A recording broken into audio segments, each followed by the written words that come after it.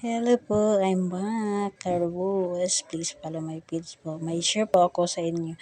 Ayan ang daddy namin. Pinagtripan na naman niya ang mga anak niya. Ganyan talaga siya pag walang siyang ginagawa sa buhay. Ayan, pinagtripan na naman yan. Pinagupit niya ang mga anak niya. Ganyan talaga kaming tatlo. Hindi mo na kailangan pumunta ng parlor, guys. Kung pwede pala ginagawa niyang parlor.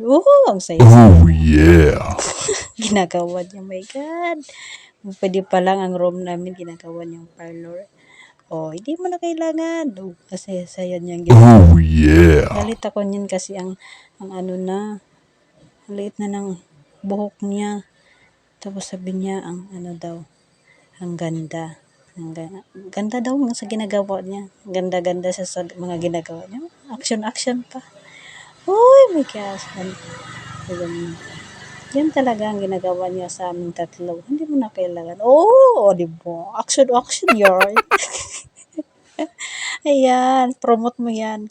Kung sino gusto dyan patupi ng buhok. Ginagawa niya ng parlor yung room na. Oh no. No. Ano naman yung si daddy. Tingnan. Kasi ang haba ng buhok niya. Kaya, minsan hindi siya marunong mag-alaga ng buhok. Kaya pinagtripa ng daddy niya. Ayan. Agay. No. Jesus.